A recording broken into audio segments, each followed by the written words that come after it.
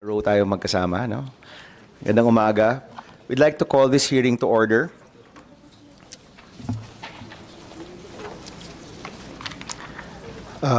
We are formally calling this Committee on Science and Technology hearing to order. This is joint with the Committees on Energy and Finance. So for today, we'll be tackling Senate Bill 1206, or the Philippine Nuclear Liability Act. Morning to everyone. May we request our COMSEC, Ms. Tenny Chancy, to put on record our resource persons. Good morning po, and thank you, Mr. Chair. For today's public hearing, we are joined by the following resource persons. From the Department of Science and Technology, Philippine Nuclear Research Institute, we have the Director, Dr. Carlo Arcilla, and Associate Scientist, Dr. Alvi Asuncion, Astronomo. From the Department of Energy, we are joined by Director Patrick Aquino from the Energy Utilization Management Bureau. From National Power Corporation, we have Mr. Dante Caraos, Department Manager. From National Transmission Corporation, or Transco, we are joined by Mr. Jomel Cristobal, Division Manager. From Power Sector Assets and Liabilities Management Corporation, we have its President and CEO, Mr. Dennis Edward de la Serna. From the Energy Regulatory Commission, we have Attorney Giselle Diaz. From the Department of Environment and Natural Resources, we have Mr. Alex de Guzman, Special Investigator from Environmental Management Bureau. From the Department of Justice, we are joined by Attorney Rosario Elena Laborte Cuevas, Senior State Counsel. From the Department of Health, we are joined by Dr. Bernadette Velasco, the Director of Health Emergency Management Bureau. From the Food and Drug Authority, specifically the Center for Device Regulation, Radiation Health and Research, we have Ms. Maria Gladys Cabrera, Division Chief of the Radiation Regulation Division. From Department of Finance, we have Director Maria Carla Espinosa of the Policy Research and Liaison Office. From Government Service Insurance System, we are joined by Attorney Jovan Lynn Kikoy Marin, Legislative Liaison Officer. From the Insurance Commission, we are joined by Attorney Camille May Medina. From the Department of Budget and Management, we are joined by Attorney Tricia Baran from the Budget Information Legislative Service. From the Department of Foreign Affairs, we have Attorney Johaira Wahab Manantan, the Acting Director. From the Department of Trade and Industry, we have Ms. Janelle Aiza Manila, Division Mantilla, Division Chief of the Strategic Trade Management Office. And from Manila Electric Company, or Meralco, we are joined by Attorney Mary Ann Ballesteros, the Chief Legal Counsel for PowerGen.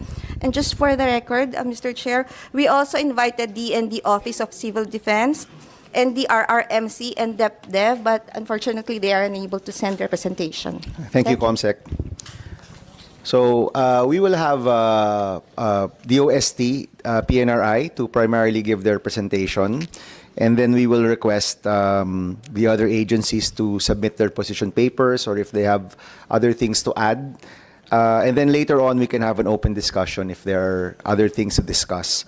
So we are expecting Senator Gatchalian as well to arrive. He was a former Department of Energy chairperson as well, no? So we'll have him give his opening statement later when he arrives. So we'll give the floor to Dr. Arcilla. Kayo po bang magpe-present for DOST PNRI? Yes, po, Senator. Sige, go ahead.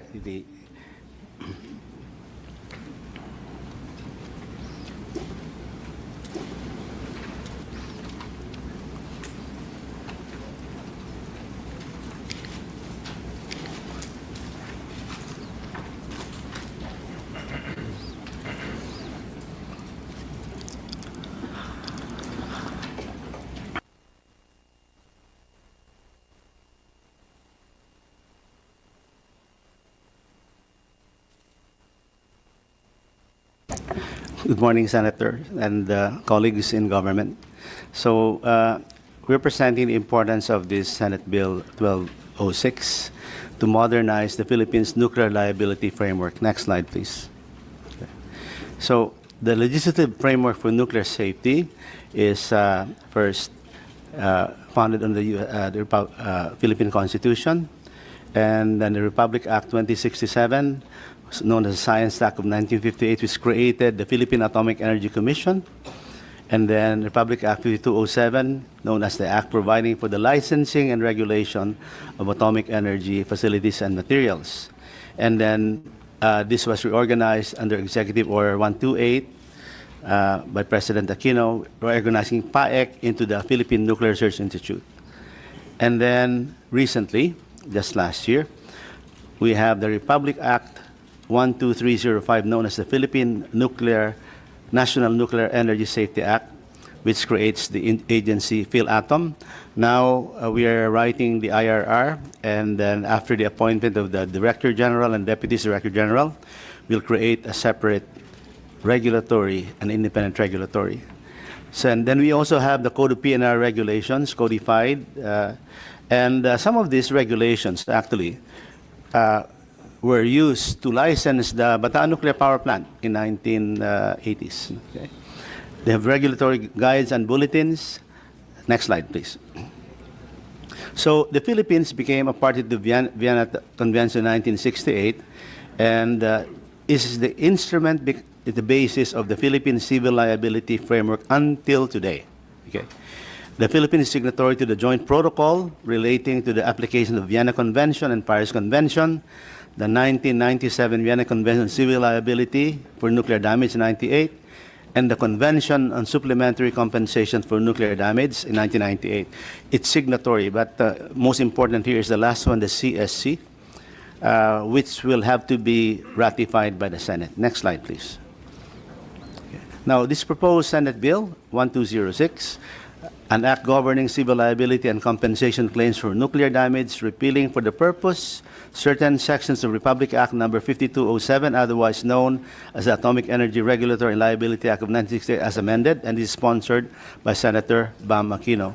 This has been also tackled in the lower house, sponsored by Congressman, separate bill, Marco Wangco. Next slide, please. Yeah. This is the parallel bill in the House, which I think has passed the initial, I think it's in the committee stages already. So similar bill. Next slide.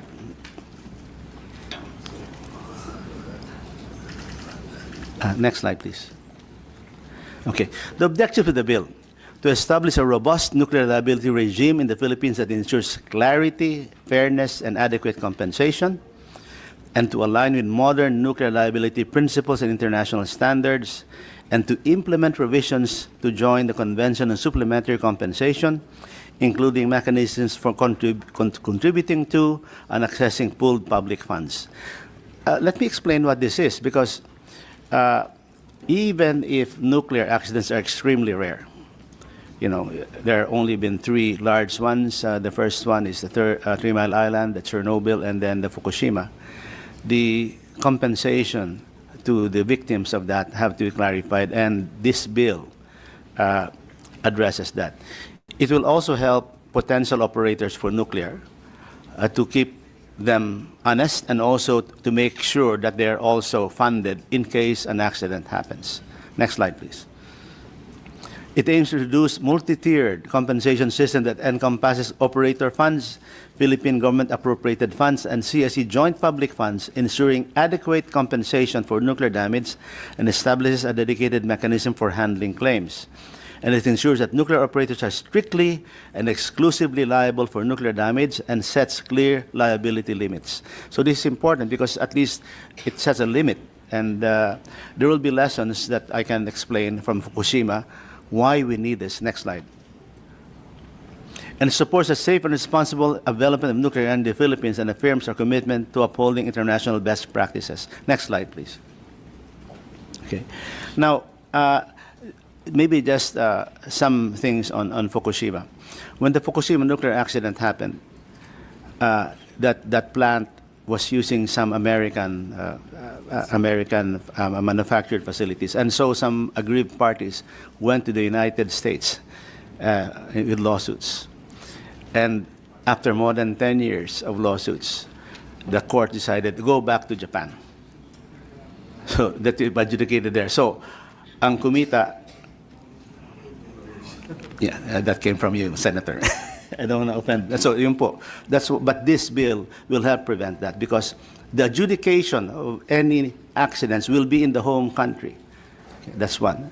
So, What are facilities that could be covered here? We have actually two facilities. The only one operational is the PRR-1 research reactor. If you go to UP, yung itlog po doon, that's the original reactor that stopped operating in 1988. But then what we did is, instead of decommissioning it, we used some of the fuel to make a smaller reactor, subcritical reactor, and it is the world's first subcritical reactor powered by Triga fuel, the world's first. And it became operational 2 or 3 years ago. And the designer of that reactor is beside me, Dr. Alvi Astronomo. Designed, built, operated by Philippine scientists, by women scientists. Why do I say this? Because people say that we are not, hindi daw kaya natin ang nuclear. I beg to disagree. This is a world-recognized facility. It is safe. I invite anybody to visit this. We can tour this. This is now being used by schools, because to understand nuclear, you have to understand neutron flow. This is the only facility in the Philippines that does neutron flow. This is being licensed. Now, this is the issue. We built this, but we also licensed this. That's why the PhilAtom Act is good, because to separate the research from the regulation. Under the Philippine Energy Plan, there will be 1,200 megawatts of nuclear capacity by 2032, an additional 1,200 by some years. So these are, this will also be covered by that. No? And then transport of nuclear materials is covered. For example, we transport not just nuclear energy materials. Every day, if you are a cancer patient, there are radiopharmaceuticals. The radiopharmaceuticals are being imported now, but they have to get permits from us. Cobalt-60 to irradiate products, that's also regulated by us. So if there's an accident happening, this bill covers those. Next slide, please. There's a need for a global nuclear liability regime. Why? Because despite the very low probability of severe nuclear incidents, the potentially extreme magnitude of transboundary nuclear damage necessitated the establishment of international legal instruments on civil liability for nuclear damage in the 1960s. And then following the Fukushima Daiichi incident, efforts are focused on establishing a global nuclear liability regime. The issue here is this. In nuclear, as an energy source, nuclear has 4 million times more energy than coal, gas, 4 million times. Because it has a high energy, the potential implication and action is also higher, which means it can cross boundaries. Fortunately, in the Philippines, we are an archipelago. But what happened in, for example, in Chernobyl? Chernobyl was former Soviet Union, but it's in Ukraine. The cloud actually spread over. Now, just for the knowledge of our colleagues here, Chernobyl is not the same as typical reactors. Why do I say this, po? Because unfortunately, when it happened in the 1980s, it happened when the election between the old Marcos and happened, and then natalo po si President Marcos, and then the BNPP was already finished. But then Chernobyl happened. And so there was concern na baka, so people didn't know the difference between. What's the difference between that reactor, Soviet Union, at saka yung Westinghouse? Two differences. Number one, it's a PWR reactor is much safer. 90% of all the reactors in the world are PWRs. There are 400 plus reactors that are PWR bases. Yung doon po sa Soviet Union design, it's called an RBMK. They have graphite, which is flammable. And they did something very bad. They allowed an experiment on a running nuclear plant. Hindi po allowed yan. Okay. And then the worst is the worst. The Soviet Union, at the time, I make a distinction between Soviet Union and Russia because the Russian reactors now are much safer. Wala po silang containment structure. Yung nakikita niyo pong itlog na nandoon sa PNRI, that's a containment structure. If there's an accident, the materials are supposed to be contained inside that. Sa BNPP po, may ganyan po. Doon po sa Soviet Union, wala pong ganyan. So I call it the communist design, share everything including disasters. So nung sumabog po yun, walang containment, kaya napunta yung cloud doon sa Europe. So this is then Fukushima is a different thing altogether. But there's a big difference. So you shouldn't equate Chernobyl with Bataan nuclear plant, for example. Next slide. According to the IAEA International Legal Expert Index on Liability, the Convention on Supplementary Compensation for Nuclear Damage provides a pathway to treaty relations with the goal of universal participation with all states, including Paris Convention, Vienna Convention parties, 1988 Joint Protocol parties, and CSC Annex parties. So this is an international convention. So which means that this will have to be ratified by the Senate. Kaya po, Senator, yung CSC, we want this to be ratified already. Nandun na po, pending na po yan. But when it's ratified, then we will be compliant with this. Next slide. It's based on universal treaty relations. So it's treaty relations.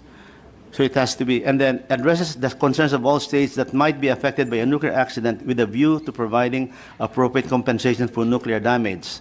And based on the CSC as the single instrument open to all states. Okay, what's the implication here? For example, pag may nag-accident, may tinatransport, yung isang bansa, wala naman silang nuclear plant, paano mababayaran yon? The CSC provides for that. May contribution to a fund. Tapos yun, babayaran agad, walang litigation. Okay, sunod na, these are some of the advantages of this system. Next slide, please. Exclusive liability, no liability outside the regime or no liability for anyone else but the operator. The operators are the responsible parties here. Only the operators. Okay? And this liability without fault or absolute or strict liability, there's no need to show intent, negligence in any type of fault. The operator is liable regardless of fault, and the claimant must only prove a causal link between the incident and the damage for which compensation is sought. So, ibig sabihin, kung nagkaroon ng accident, si operator talaga yung magbabayad. Walang sinasadya o hindi, wala ng iba. Kaya kailangan din ni operator ng assurance na makakabayad po siya. And this is the way to do it. Next slide. Minimum liability amount. The installation state may limit the amount of the operator's liability but cannot go below a minimum amount. A higher amount or even unlimited liability may be imposed, and a specific amount may vary from instruments. And there's also a mandatory financial coverage. The operator must maintain financial security or insurance for an amount determined by the installation state, usually corresponding to the minimum liability limit. So there is, these are the principles that will be enhanced in law. Next slide.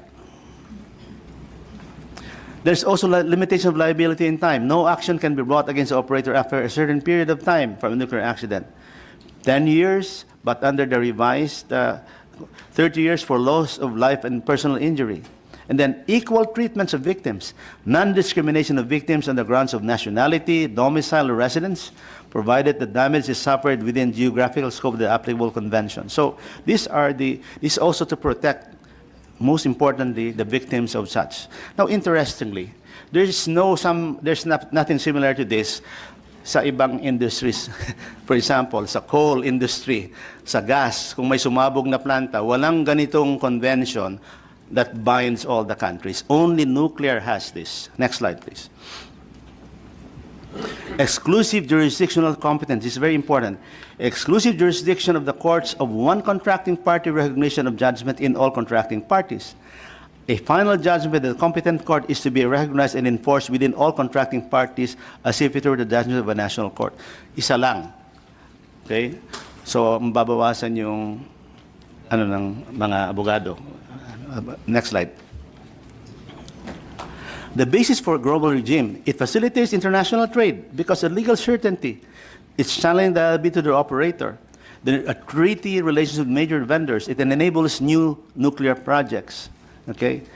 And there will be expectation of participation by the international community, the public, industry, and investors. There is sometimes, in my job at PNRI, when you talk about nuclear, there are so many myths about nuclear. Pag sinabi niyo pong nuclear po kasi, ang nasa isip, bomba. Ganun agad eh. So, ang hirap, ganun pa lang. Ang sagot ko po dyan, ganito. Nuclear is not just energy or bombs. Nuclear means cancer treatment. You know? All of us have relatives who have cancer. The only way to diagnose early is through nuclear medicine. May facility po kami sa PNR na ginagawa po yan to lower the cost of cancer diagnosis. There's also applications in agriculture. Meron po kaming bahay doon sa PNR na ginawa. Bahay made of plastic strengthened by nuclear processes. Mas malakas pa yung nuclear na bricks na galing sa, ginawa po yan, yung galing sa mga sachets. We processed it with nuclear and then it's stronger than concrete. You're welcome to visit that house at PNRI. You know? Nakita po yun ng Director General. So, but then, yun nga, if we're able to handle the liability aspect, mas kampante yung mga tao na mababayaran sila, mas safe sila, especially yung operators. Next slide. It strengthens international and regional cooperation, harmonization with nuclear liability laws, and the treaty relations enables equal treatment of victims and protects neighboring countries because it channels the liability to the operator and there will be prompt and equitable compensation. This is a big lesson po in Fukushima in Japan. Ang tagal ng bayaran kasi ang daming litigation. Pag meron na ito, simple, pag may accident, yun yung victims, bayad agad. Kasi meron na ng fund na nakatayo, na pagkukunan ng pambabayad po. Next slide. It establishes the rights of coastal states.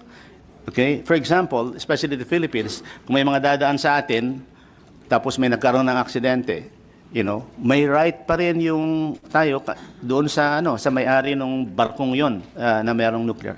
Next slide. So, the way forward is to promote the Nuclear Liability Conventions, the CSC and 1997 Vienna Conventions to Philippine legislators and decision makers, which will help discuss the benefits of becoming a contracting party. The approval of the proposed bill and ratification of the international legal instrument is in support of the nuclear liability regime. So, dalawa pong steps ang gusto namin, Senator. Number one, of course, itong bill. But then ito, naka-base din po doon sa CSC, which is already in the Senate for... so, when this is done, what does this do? Alam ko na ang plano ng DOE natin at saka ng Presidente magkaroon ng nuclear power. Meron ng provision for nuclear liability. So, they will be... Kasi the nuclear plants could be owned by private parties. No private company can survive a nuclear accident.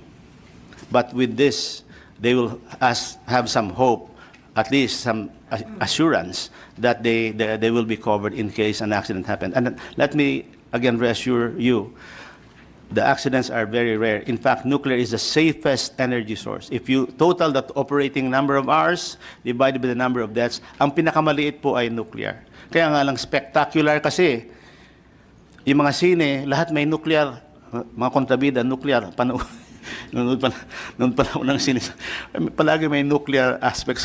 So kinakabahan yung mga tao. Okay, I think that's my last slide po, Senator. So if you have questions, we'll answer. Thank you very much. Thank you, Dr. Arcilia. Before we go to the other agencies now for their position papers, right now, what is stopping us from setting up nuclear energy in the Philippines? Alam kong matagal na itong pinaplano. This was clearly a goal in the first few years of this administration. Alam ko po ito, hinihintay ito, itong liability regime na ito, no? But technically, what is stopping us from setting up nuclear power in the Philippines? Okay, thank you very much, Senator. From our perspective, number one, the PhilAtom has to be established. And we're close to that. We're writing the IRR now. In a few months, we'll have that. And the President appoints a Director General and Deputy Director General. Then you create the PhilAtom, which is an independent regulatory body. Kami po, hindi kami independent because I report to the DOST Secretary. The PhilAtom will be taken out from the DOST. We'll also take a regulatory and also the CDRR from the FDA. Sila po yung nagre-regulate ng mga X-rays, MRI, tapos sila lang. So kung magpapatayo kayo ng nuclear plant or hospital, isa na lang. Okay? So, yun po, number one, mag-appoint ng Director General, tapusin yung IRR. So, meron ka ng regulatory. Lahat ng applications, ganito po kasi, there are only two, the function of the regulatory is to give dalawang po license for nuclear plants. License to construct and license to operate. Yung rates, yung kung ano man yun, ang bahala na po doon ay yung DOE at saka yung ERC. So, no one is stopping. I think you can apply for a nuclear license now, even at PNRI, because we, in fact, can handle the licenses. Pag natapos na si PhilAtом, i-entrega na lang yung application doon po sa PhilAtom. Okay? So that's one. Yung iba pong technical aspects, yun nga, kasi it's not easy to put up a nuclear plant. Ang pinakamagaling sa akin lang, yung nakatayo na, yung BNPP, kasi tapos na yung lahat eh. Pero kailangan pong i-license po yun. So, basically, and then there are some private companies who are interested already. No? Yan po. So, okay. So, because the PhilAtom law was passed already, so technically all regulatory issues will be with PhilAtom. For safety, security, and safeguards, yes. Okay. And of course, DOE for operations, no? Operations, And price and and, then all of price, that, saka di ba? ERC po. Is that correct, Director Aquino? Correct, no? Mr. Chair, yes, that's correct. Okay. And this bill supports the players to come in, di ba? Because magkakaroon ng mas malinaw na regime kapag may aksidente, kapag may mga claims and liabilities, mas magiging malinaw. So, this will support the industry to come in. Yes, sir. That plus the independent regulatory. Okay. So, yun. Independent regulatory, Meaning PhilAtom. Yes. But PhilAtom's already passed, no? Yes, A matter of time na lang yan. Opo. Okay. But technically, you don't need this for it to start, but this law will allow for a better regime once these plants are up already. Yes po. Kasi any private company who wants to put up a nuclear plant, once they want to be covered, and this is the law that This will protects cover it. them. Yes. But actually, even if we don't push through with plants, the law will already cover all of the other uses of nuclear, no? Okay. So, that's clear. Right now, ilan na pong kumpanya, if I can ask DOE, si Director Aquino, ilan na pong kumpanya ang nag-apply ng lisensya para magtayo ng nuclear energy sa Pilipinas? Your Honor, Mr. Chair, at present, as mentioned by Dr. Arcilla, several big power generation firms have already expressed interest.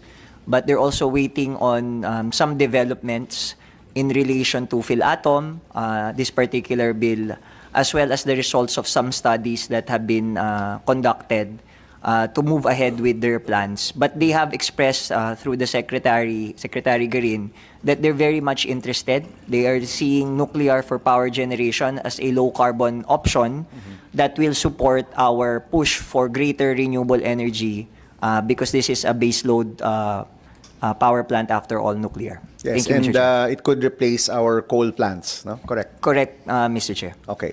And the type of nuclear plant that the companies have applied for, iba-iba rin yan, di ba? May mga maliliit, may mga mas malalaki, and also different technologies within the nuclear space. Correct, Director Aquino? Mr. Chair, just to be clear, the companies have not yet made any applications or any documentation to the specific. What they have expressed before the Philippine government or the Department of Energy is their desire to embark on having nuclear power projects. And we do have one company, for example, Meralco, Prime, Aboitiz, that have already publicly indicated that they are exploring. In terms of the technology, as mentioned by Dr. Arcilla, the 3 S's, the safety, security, and safeguard, that will be up to PhilAtom to provide. On the part of the Department of Energy, what we have signaled through a department circular last year is that under the Philippine Energy Plan and the Philippine Nuclear Energy Program Roadmap, we are looking at having nuclear in our power generation mix beginning 2032. Beginning 2032, because it takes about 5 years to put up a plant, no? Correct? It depends, Mr. Chair. I think the team from PNRI will be better suited. But the conventional power plant, based on the discussions with the private, that's most likely the one that will come in if we do communities accept nuclear for power generation. Small modular reactors or SMRs, Dr. Arcilla will be in a better position to state. From the monitoring of the Department of Energy, there is non-commercially licensed that we are aware of. So it's not yet off the shelf available. But if SMRs are available, the promise of SMRs is that the turnaround time will be anywhere from 2, even as short as 2, to just as long as 5 years for deployment, Mr. Chair. Yes. So anywhere from 2 to 5 years, no? But we know 2 is quite fast, di ba? That's Mabilis correct, yung Mr. 2. Chair. Dr. Arcilla. Thank you, Senator. Okay. This is my personal opinion. As a scientist and a Filipino, the fastest way for us to go nuclear is to restart the Bataan nuclear power plant. But it is immersed in politics that are beyond my pay grade. Why do I say this? Because when it was constructed, there were 3 other plants that were constructed, one in Slovenia, another one in in Brazil, and another one in South Korea. Those 3 plants have been working for 40 years, and they are being relicensed for another 20 years.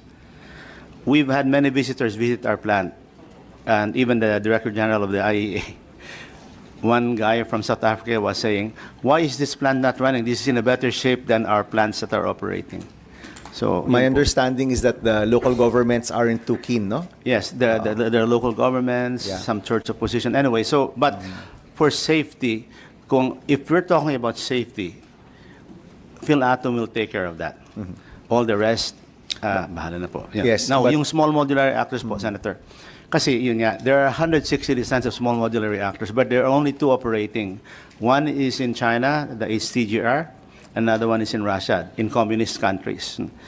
But we have a research agreement with an American company to try to build one of the world's most advanced research reactors here in the Philippines. Okay?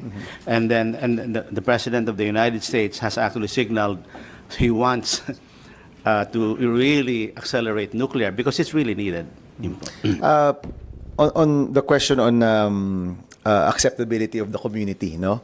So I think the one with Bataan, so there are questions on that technology, but I think the questions are really more on the willingness of the locals to accept it or to put it up, no? Ano po ba, Director Aquino, ano po ba yung proseso for a town? I think it's the same process for all plants. Di lang naman nuclear, di ba, no? But may proseso yan, di ba? So let's say may kumpanya nais magtayo ng planta, kukuha ng mga regulatory approvals, but kasama dyan yung acceptability dun sa lugar, no? Can you walk us through the process, Director Aquino? Thank you, Mr. Chair. The process is similar to others, but what's unique for nuclear is that we do need, again, we joined PNRI in stressing that we have to have the PhilAtom in place because that's the unique additional requirement for a nuclear power project. And unlike other projects, once operational, it's heavily regulated. When we say heavily regulated, PhilAtom will continue to exercise to ensure that the 3 S's, the safety, security, and safeguard, are working throughout the license period.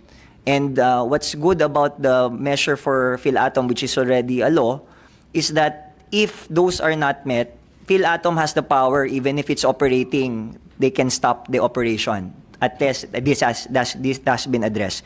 But in terms of monitoring, Mr. Chair, the workflow is of course the same. What's unique for the Philippines, unlike other countries, is that our power sector is liberalized. Investments are primarily driven since EPIRA, the Electric Power Industry Reform Act, by the private sector. So for any power project to come in, government is not actively involved. Unlike in Bataan. Bataan was an actively project done by the Philippine government. So what we're envisioning, that's why Secretary Green issued the circular last year on the Pioneer Nuclear Project, is that government will handhold the nuclear power proponents. So we will guide them through the permitting process, whether it's with the Energy Regulatory Commission, whether it's in grid integration with the National Grid Corporation of the Philippines, whether it's with DENR on environment, if the area has NCIP, we will go through all of those process. But in terms of the process mapping timeline, Mr. Chair, excluding the PhilAtom timelines, which is yet to be determined, we're already looking at around 2 years if the site is a pioneer. Just on the permitting, Mr. Chair, notwithstanding we have the Energy Virtual One-Stop Shop Act, which synchronizes the timelines for energy projects, and notwithstanding that there is a certification issued by the Department of Energy for the pioneer nuclear projects on the energy projects for national significance. So there's a lag time, Mr. Chair, based on our process mapping of around 2 years, all in, excluding the permitting coming from the PhilAtom, Mr. So Chair. 2 years for the permitting, at least 2 years to build. No, Mr. Chair. I will leave it up to Or Dr. ano na yan? Arcilia. Parallel in parallel. Pwede pong parallel po kasi yan eh. In fact, the needs of the DOE and the ERC can be done. The siting kasi, the main task of that is the PhilAtom. Now, regarding stakeholders, there's one site that has a 70% acceptance rate already. Si Congressman Kumangko kasi gusto niya magpatayo dun sa Pangasinan, sa Labrador, no? Sinurvey na niya, umabot na yata ng 70%. Wala pang operator yon. Pero he has already obtained the most difficult, which is the agreement of the local populace. Ayaw lang ng ibang obispo, pero yung mga tao gusto. Thank you po. Yeah. So, what is the process for that? Is there a public hearing? Is there umabot pa tayo ng may referendum ba yan? Or ano bang proseso para masabi na ang isang lugar they do accept that a nuclear plant will be built in their area? Sige, any of you can answer. Yeah.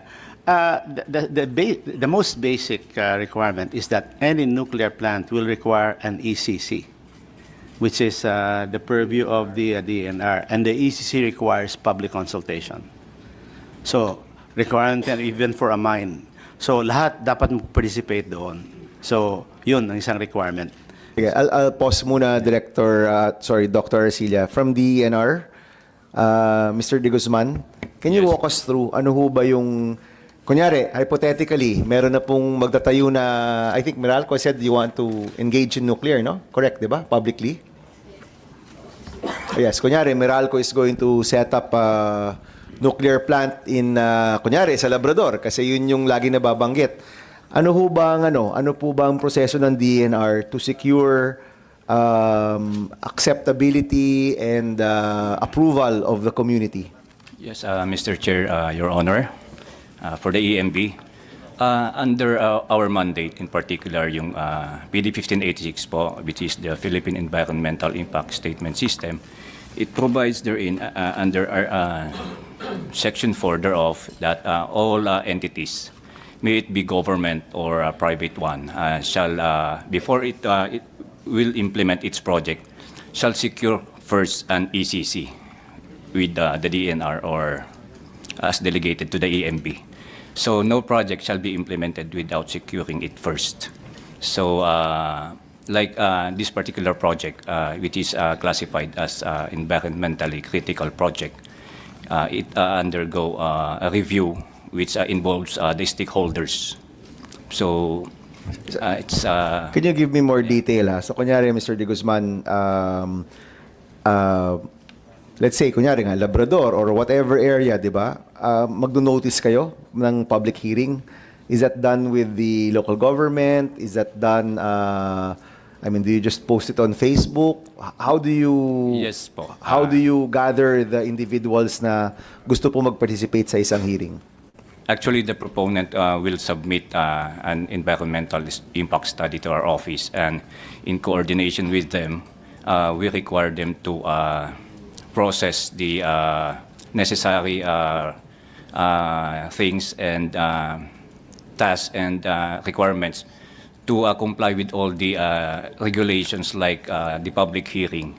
And through the proponent and review committee, they will ask the stakeholders through a medium like notice, hearing, and conduct activity in the area to inform them that a project will be implemented. So it's the proponent who does that. Sila yung gumagawa. And they just give you pictures or a report, basically. Yes, Your Honor. O, meron ba from DNR na nag-a-attend ng mga hearing? Kung merong, kunyari, merong hearing, Do you attend? Yes. You do?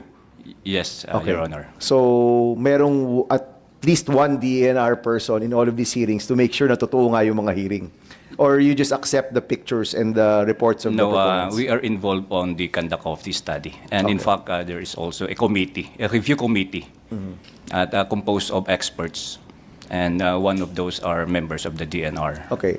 Ito, this is really for my curiosity kasi syempre pag nuclear, I'm sure a lot of stakeholders want to be involved, di ba?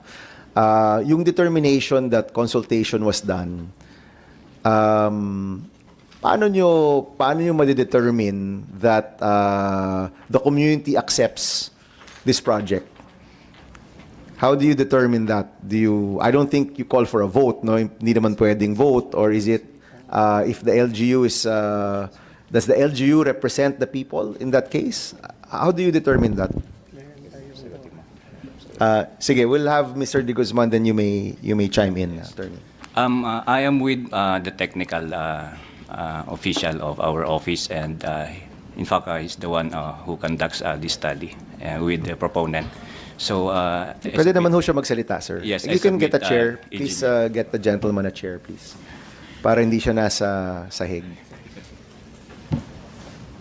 Or you can join me here kung gusto mo, sir. Dito ka na magsalita kung gusto mo. Ayan, dyan. Sige, pwede rin.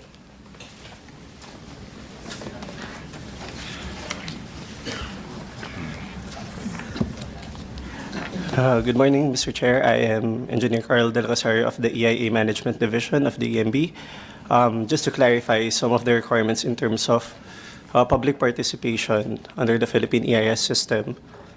The process itself for environmentally critical projects require a full-blown EIA study. And I'm only concerned about the public consultation. yes, sir. So the thing with full-blown EIA, EIS studies, there is a need to have public participation at various stages of the process in terms of the permitting. So usually we have a scoping activity, which is a proponent-driven activity that requires participation from the affected LGUs. At the barangay level, we have the DNR Administrative Order 2017-15 that specifies the minimum members to be engaged in these activities. Any questions, sir? Okay. So along with this, sir, we usually, apart from the documentation as mentioned by Mr. De Guzman, we would often have participation, especially in the public hearing, as the EMB would serve as the public hearing officer for that activity. And usually, there are checks and balances in terms of the documentation, whether or not these hearings and transcripts are in order, sir. So, kunyari, nag-consultation na kayo. May mga oppositor, may mga for and against. There are people who are for it, there are people who are against it. And again, this is not really in particular to this bill, but just in general, I'm just really curious. How do you determine kung masasabi mong tinanggap ng community na magtayo ng ganong planta or not? How would you determine that? Approval from the local government and also. Pwede na natin siya nag-record, sir, kung sakali. Yung parang loan na nila. LGU. May approval. Sige, Director Aquino. Mr. Chair, in terms of the process mapping, because we did it, what's indicated, and I think this is also partly covered by EVOS, the ECC compliance, environmental compliance certificate under DENR EMB, what's indicated is 120 days. And then our colleagues, Mr. Chair, from DENR can confirm that under the existing issuances, the presidential decrees mentioned, while it is true that an ECC can still be issued even if there is opposition, but the determination that the environmental impacts are acceptable and properly mitigated rests with the EMB, Mr. Chair. So even if there's opposition, if in the determination of the DENR EMB, it is mitigated, the project, they can issue an ECC. This is based on the DAO that we have on file for EVOS, Mr. Chair. Okay, and what if the local government is objecting to it? Kunyari, what would be the process there? Mr. Chair, what's going to happen based again on our process mapping is that if there's opposition on the part of the LGU can withhold the Business issuance permit. of the business permit. So hindi rin po makakapag-proceed kapag ganun po. And are there cases where the LGU is not in favor of putting up a plant and they withhold the business permit? We have seen cases, Mr. Chair. I think that was part of the reasons why there was a strong push on the part of the Energy Department to have EVOS in place. What is That- EVOS again? The Energy Virtual One-Stop Shop Act, Mr. Chair, that in terms of the timelines, they have to observe it strictly under the threat of penalty, Mr. Chair, and it's a one-stop repository. So our energy investors only need to log on to the system to get the permits, and agencies are legally bound to issue the permits in the timeline specified in the EVOS Act for energy projects, Mr. Chair. Was there anything in the PhilAtom law that talked about community approval or anything like that? Wala, no? You were following the DENR EMB process pa rin? Yeah, thank you, Chair. During the House hearings for the bill, in fact, one of the suggestions there was to try to put the LGU inside the PhilAtom bill. And the opposition there was quieted because they said this will require an ECC, which means that if there are opposition from the local stakeholders, they can use the ECC to voice out. But as mentioned by my colleague, it's not a votation. Exactly. Meaning that because if the DNR technical said that this is safe or whatever, they can still note the opposition, and then it can still proceed. It has also implications why for the operations. A nuclear power plant is designed to last for 80 years. And in 80 years, how many changes in local governments can happen? It cannot be held into the, into the changing attitudes of the local government. Sabi na, pumasok yung bagong mayor, ayoko na niyan, o wala ng lisensya, paano yung? So it will be held hostage kung ganun na mangyayari po. Exactly. There has to be some balance to it, no? And I guess this is the issues we face in governance. That on one hand, you can't be held hostage by an LGU that maybe baka humihingi ng something on the side that hino-hostage yung permit. On the other hand, if there is a plant that is indeed detrimental to the community, and that does happen, the LGU, as the representative of the people, should also have the power to act on it. No? So there's a balance that we have to have, and definitely that's not in this bill. That's also not in the PhilAtom bill, no? There is po, sir. Because if there is really something objective that's Objectionable. objectionable, the LGU or any party can raise it to the PhilAtom. PhilAtom is the one giving the license for safety. Okay. And it's PhilAtom who will say, you stop because of this, or justify why you can continue when you haven't addressed this. Okay, as That's the regulator. beauty- As the regulator. That's the beauty of the independent regulator. Hindi siya pwedeng sabihan ng secretary of whoever, uy, paandarin mo yan, may brownout tayo, hindi. Pag unsafe, hinto. Pag hindi, bakit hindi? So a lot of our efforts is really hinged on the proper implementation of that PhilAtom law, no? Okay. Sige, I'm going to leave muna DNR. I'm going to leave this question, but it's probably not salient for today. But that's something that's, I think, worth looking at, no? Kasi nagko-consult po tayo, kunyari, yung community, di naman gusto. And then in the end, itutuloy rin natin, nag-consultation pa tayo, di ba? But alam ko mahirap po yung trabaho ninyo, but there are cases, I think, where, if different stakeholders are against something, we have to respect them. For example, for a nuclear plant to be put up in an LGU, we need to have full approval of all of the stakeholders there, considering how critical a nuclear plant can be. Diba? So, I hope we will take extra care in looking for the proper partners, no? Kung saan ho tayo magtatayo ng mga planta in the future. I know, Director, you're very cognizant of that na kailangan yung partner at the minimum yung LGU talagang willing sila and handa dito po sa pagtahak ng daan na to, no?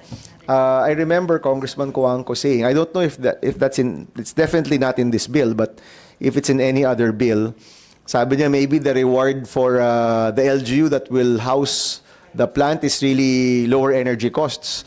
Is that possible, Director Aquino? Mr. Chair, part of the Pioneer nuclear power project issuance is a provision that the DOE is actively studying some introduction of the benefits to host communities under the Energy Regulations 1-94. And potentially lower electricity rates to a certain extent may be extended to the host communities, whether it's on the actual nuclear power plant or even on the waste disposal, Mr. Chair. Lower or even free for X years, no? Diba? Maybe, Mr. Chair, with your permission, we'll take that into consideration. But it will be capped, Mr. Chair. Kasi syempre, like for Lifeline, that's something that we also want to balance, Mr. Chair. And is that in any law, or that can be a regulation of DOE?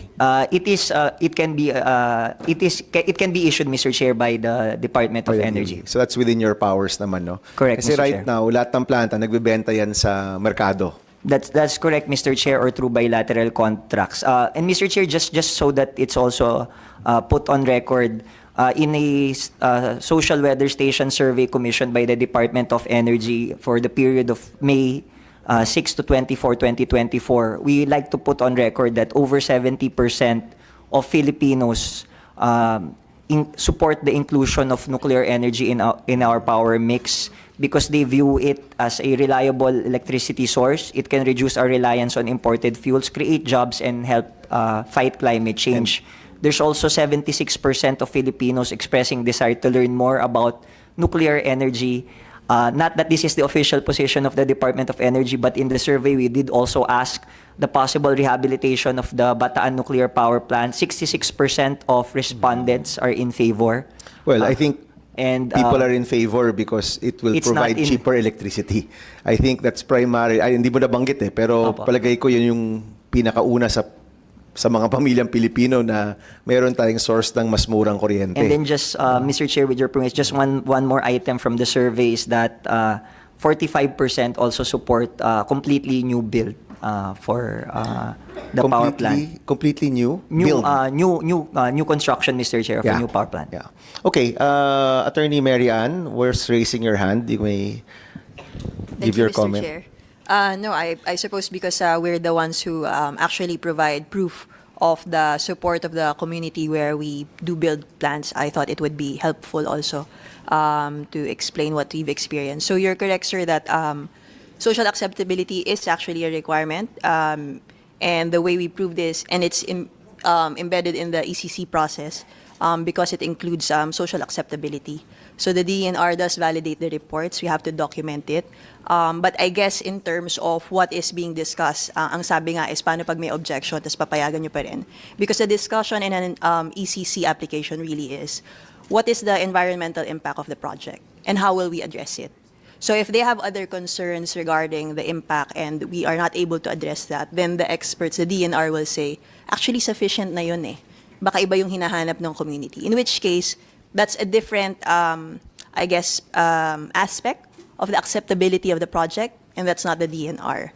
Then we get into discussions of LGU, local government support.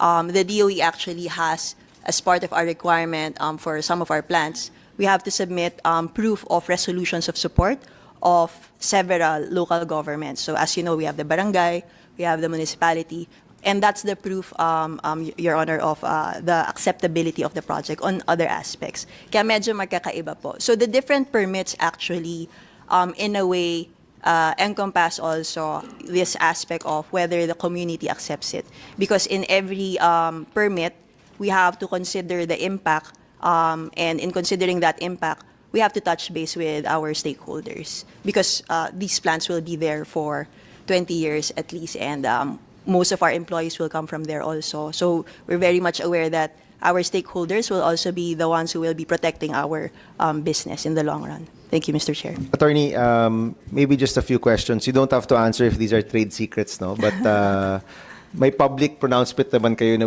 that you want to go into this, no? Correct? Yes, How, Mr. how Chair. far are you in that process? Have you already been looking at technologies? Are you looking at sites? Or is this a general principle at this point that you want to go into nuclear?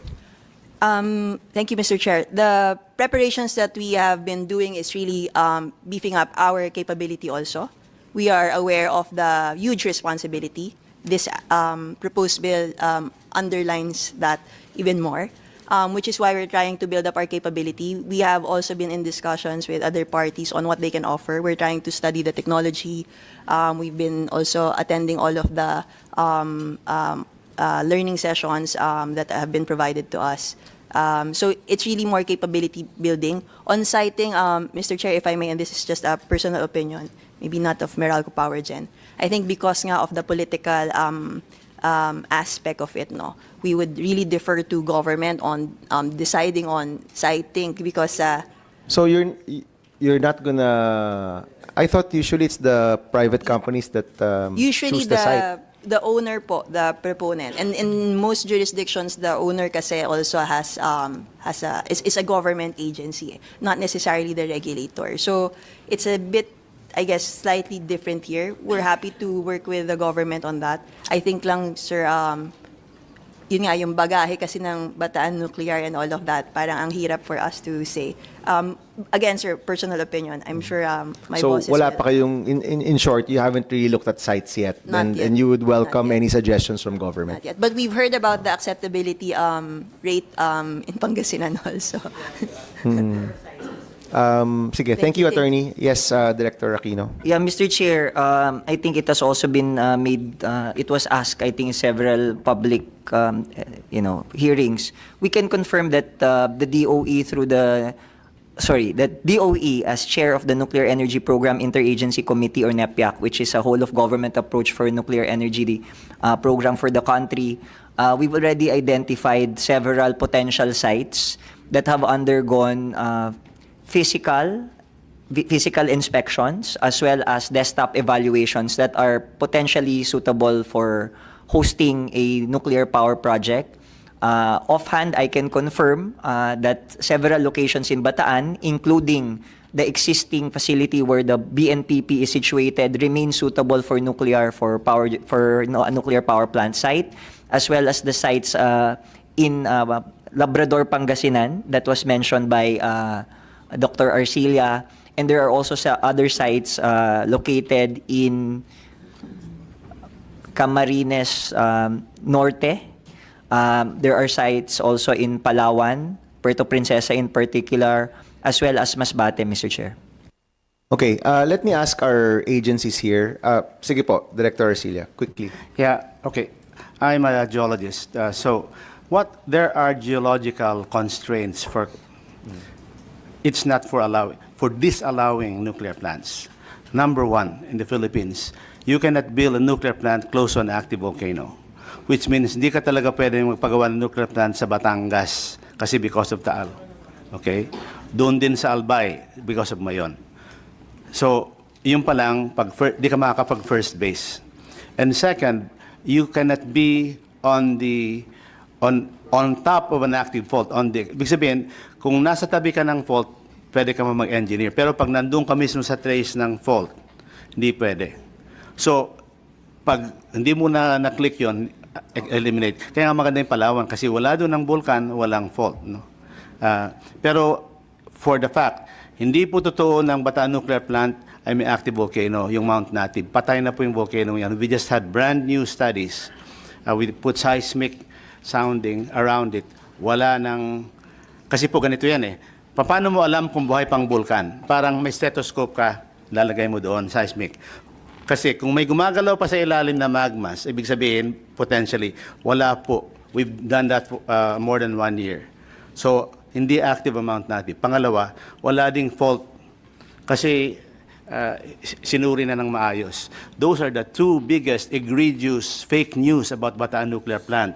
Sabi daw, may fault at saka may volcano. Not true. Yun po. Ang hindi pwede rin isa, sa aking palagay, hindi ka pwede kung may liquefaction or strategic liquefaction. Sa reclaimed areas, hindi ka pwede magtayo ng nuclear plant. Kung saan may baha, kung saan may flooding projects, whether true or ghost, hindi din pwede magkaroon. Yun po. Thank you. Parang palit ng palit yung areas na pwedeng magtayo ng planta. Okay, let me quickly ask, I think DOE, you're in favor, no? You've spoken already. Maybe we'll ask DNR, DOJ, and yeah, maybe just DNR and DOJ to give their position.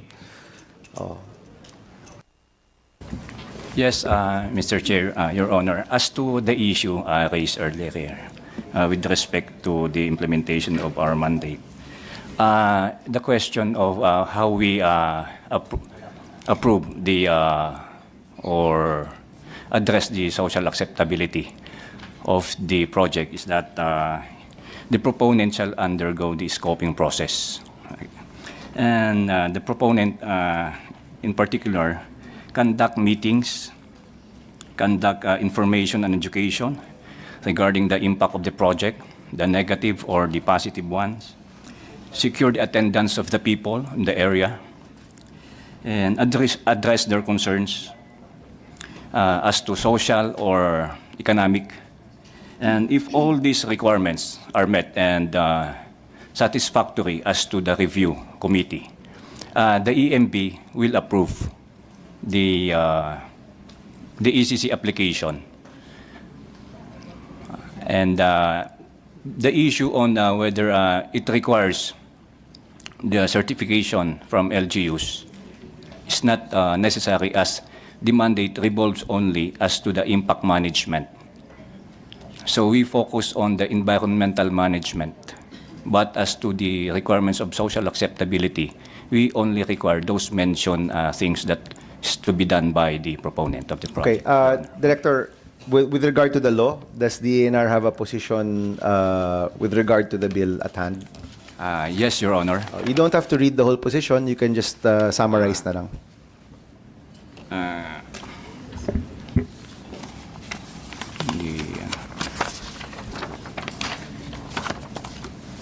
Actually, since the mandate of the EMB is to implement the impact system as well as the pollution laws, like the RA 6969, the Toxic and Management Act, the RA 9275, the Clean Water Act, and 8749, the Clean Air Act, and the Information Education Act.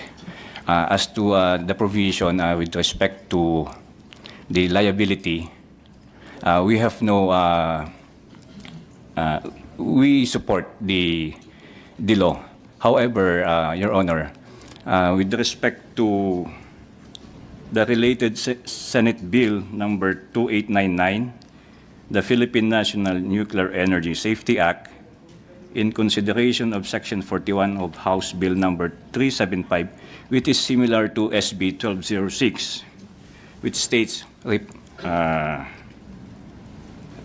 repellability sa repealing clause po under Section 41. It states that all acts, executive orders, administrative orders, proclamations, rules and regulations inconsistent with any provisions of this act, including Section 37 to 63 of Part 7, liability for nuclear damage, under Republic Act number 5207 and Section 50 of RA number, ito po yung PhilAtom Act, are repealed or modified accordingly. So we would like to reiterate our previous comments issued in reference on this provision of the bill, because under our previous comments on the delineation of jurisdiction, which is the Section 6 of the proposed bill, provides that regulatory functions of all other government agencies with jurisdiction functions and authorities with respect to nuclear energy and radiation sources shall be transferred to PhilAtom. As provided under Article 3, Section 14 of the draft bill, the following facilities and activities are prohibited if without an authorization issued by Philatom. And then our comments on that is that according to sections 32 to 36 of DNR, Admin Order number 1992-29, IRR of RA number 6969, provides for the roles of DNR and the Philippine Nuclear Research Institute. As provided therein, such agencies have the right to monitor and inspect the shipment of nuclear waste for the protection of the public and national interest. Reporting and notification are also required to be made by any individual of any existence of unauthorized radioactive material of nuclear waste anywhere in the Philippines. Doon po kasi sa bill na yun, Your Honor, it transfer the jurisdiction under Section 6 of the proposed bill, which should not involve the transfer of environmental laws as above stated po. And, You're referring to the Philatom law, no? yes, Mr. Chair. Not this one. Which is similar and related thereto. It's a little different, medyo iba siya, but maybe we can ask Dr. Arcilia to comment. Natanggalan ba ang DNR ng responsibility for... Hindi naman, di Hindi ba? po. Actually, according to our agreements now, working agreements, if we're dealing with toxic or hazardous waste, that's the purview of the DNR. But if we're dealing with radioactive nuclear materials, that's a purview of PNRI. And that as actually po, Senator, that has been applied to a current situation now. There is a cesium-137 contamination issue that we are helping to manage now. So PNRI does not want to deal with environmental aspects that are not central to its expertise. So, and in fact, it was the coordination with DNR na ilipat sa amin kasi kaming may alam doon sa nuclear. Wala naman kaming alam doon sa environment. Mas maganda yung hatian po. And that's a different bill. The Philatom bill is quite very different from this liability. And the Philatom bill is a law already, right? Yes, it's already law. Oo. So I think, sir, you're pertaining to the Philatom law, which is already a law, no? But with regard to the bill, is there anything in the bill that may concerns po ang DENR? Wala na Kung po. wala po, or you can of course submit later on. No? It's not a problem. Yes, Your Honor. Okay, thank you, Mr. De Guzman. DOJ, since we're talking about liabilities here, any concerns? And si DOH rin pala, tatanungin ko. No? Good morning, Mr. Chair. As for the Department of Justice, at the outset, we express our strong support for the passage of the proposed measure as it seeks to update and align the country's law on nuclear liability, which is currently a 1968 law, with modern principles and prevailing international standards. The establishment of a modern and comprehensive legal framework on nuclear liability will further demonstrate the country's adherence to its commitments under relevant conventions and reinforce domestic safeguards. We interpose no constitutional or legal objection in the passage of the bill, and we likewise acknowledge and commend its intent to strengthen the country's nuclear liability regime. However, we submit several comments on several sections of the bill. We will just submit our position paper, Mr. Chair. Thank you. DOH? Yes, Mr. Chair. So let me just read briefly our technical paper or position for the Senate Bill number 1206. The Department of Health supports the intent of the Senate Bill number 1206. The proposed measure seeks to ensure adherence to established rules and regulation by appropriate national authorities in alignment with the international standards, including those set by the International Atomic Energy Agency, particularly on the safety, security, and liability regimes governing the use of radioactive and nuclear materials. As we are pursuing the utilization of nuclear energy as an alternative power source through the DOE, which targets the establishment of a working nuclear facility by 2032. In this context, it is imperative that enabling legislation be enacted to support the safe, secure, and responsible deployment of nuclear power. Such legislation must provide a comprehensive legal framework for civil liability and compensation for nuclear damage, regardless of cost, to protect the public and also the state. Through this bill, the government is afforded to the necessary legal mechanism to ensure that potential or prospective nuclear facility operators are financially capable of undertaking nuclear operations, providing adequate compensation to individuals affected by nuclear incidents, and responding effectively to nuclear emergencies. The proposed measure also strengthens the regulatory oversight by ensuring the safety and security measures for workers, facilities, and nuclear materials are in place, and that the credibility and accountability of operators within the nuclear industry are also upheld. Further, the bill empowers the government through appropriate national authorities such as the PhilAtom to prescribe, assess, and evaluate compensation mechanism provided by the operators.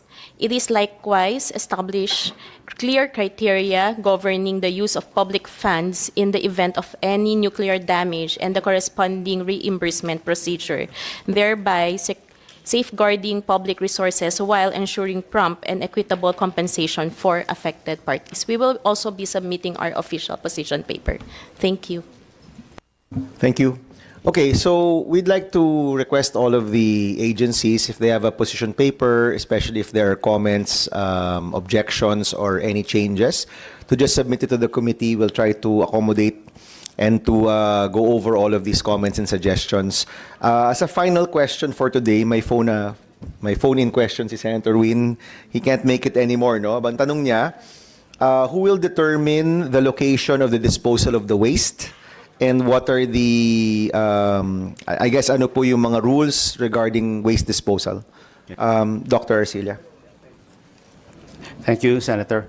So there will be another law for waste disposal, but parts of that is already covered by PhilAtom. Okay, but the general principles of nuclear waste disposal is called geologic disposal because nuclear waste will last for 10,000 years. So you isolate it from human activity for 10,000 years. How do you do that? Several ways. One, you have a repository that's at least 500 meters deep. Fortunately for the Philippines, you have technology kasi our geothermal drilling already reaches 3 kilometers. If you ask me, and that's my expertise in nuclear, get an isolated island, drill deep holes, put the waste, plug it with bentonite, and it's as safe. I'm willing to live in that island. So there's technology for nuclear waste. Thank you po. Basically anywhere, di ba? Is Yeah, there a rule, kunyari, let's say Meralco Yeah, has there- a plant in Labrador. Is there a rule where this waste can be placed? Or Right. There are rules. In a nuclear power plant, the waste after operation is still hot, so it's placed beside a plant in water if it's a PWR. But then after some time, they can be put in casks while the repository isn't active yet. In the world right now, there's only one repository being constructed in Finland. But America has a waste disposal for military wastes. So we have the technology, but a law has to be made because the government has to put up the repository site. But then there's a bill, and every nuclear power plant will be required to have a fund for decommissioning and nuclear waste disposal. So, isabihin, pag mag-ooperate sila, a certain amount of the money is set aside, maiipon yon within the 80 years, and that will be used to fund the waste disposal. In America, since they have 94 plants, yung fund po niyan, napakalaking pera. And ano siya, no? It's not on site of the nuclear plant. Not on site. It cannot be. Not on site. Hindi pwede. It has to be it will have its own restriction. That's why a law will be needed for that. No, yun po. Okay, so that's one more law that needs to Yes, that after needs to this, get the done. incentive, but that one has to be done after the liability. Yeah. And we cannot include those provisions in this law. Kailangan iba siya, no? Iba po kasi eh. Mas maganda iba yung hiwalay po. subject matter. Oh. So that's nuclear waste disposal law. Yes. Okay. And that will happen once this is passed. Meron pa tayong incentives siguro na law na gagawin. By the way, Dr. Arcilla, if a plant is operational, how often does it produce waste? May ano ba yan? Okay, Years ganito ba po yan? yan. Or If it's a PWR reactor, the fuel will last for 18 months.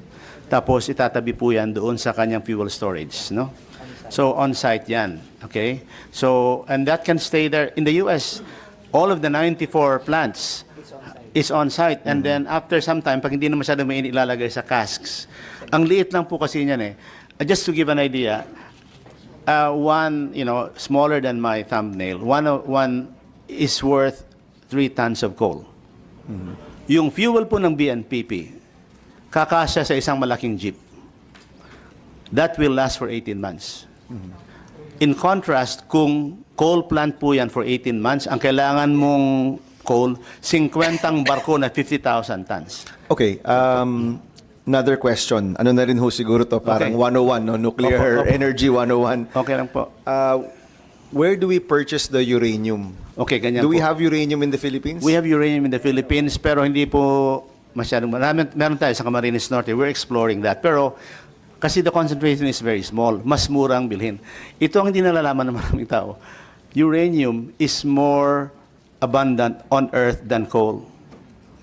Yes. And then who are the biggest producers of uranium? Kazakhstan, Canada, Australia, the US. So which means that, at tapos ang presyo po ng uranium ay stable. Kahit na kung ano, ganyan lang, no? Hindi kagaya ng presyo. So, kaya nga mura, yun nga po ang, okay, ganito, another po, gusto kong BNPP example. Magkano ba yung fuel ng BNPP? $30 million for that, $30 million kakasa na yon for 18 months. Magkano yung importation ng coal for the same 18 months ng 620 mag? Yung 50 Panamax ships, $800 million. 800 versus 30 million. Kailangan bang i-memorize yan? Okay, I think you're preaching to the choir here, Dr. Arcilia, di ba? Sige po, we'll give the last. Meron po bang nais pa magsalita? Anyone? Kung wala na po, we'll give Director Aquino the last word. Thank you, Mr. Chair. Just to also to put on record, but we've submitted this, and just to echo what was earlier mentioned at the start, we observed that certain provisions on the protocol to amend the Vienna Convention on Civil Liability for Nuclear Damage, or the 1997 Vienna Convention, and the Convention on Supplementary Compensation, or CSC, for nuclear damage was reflected in this particular bill. Parenthetically, both those issuances were adopted in September 12, 1997, entered into force on October 4, 2003, while the other one, the CSC, entered into force on April 15, 2015. By definition, under Executive Order 459, treaties are international agreements entered into by the Philippines which require legislative concurrence after executive ratifications.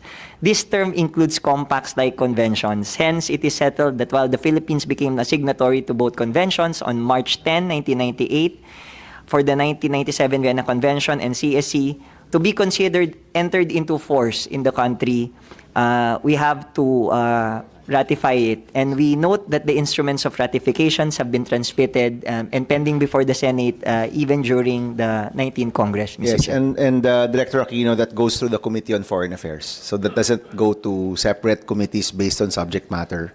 All of these go through the Committee on Foreign Affairs. No, so yes, when it gets there, we will vote, but it's not up to this committee to bring it to the plenary. No, I think you know that also, right? Pinapalala mo lang sa aming lahat, no? Okay, sige. So we'd like to thank everyone. We will suspend the hearing, and hopefully with your comments we can come out with this bill. No? Maraming salamat. Thank you.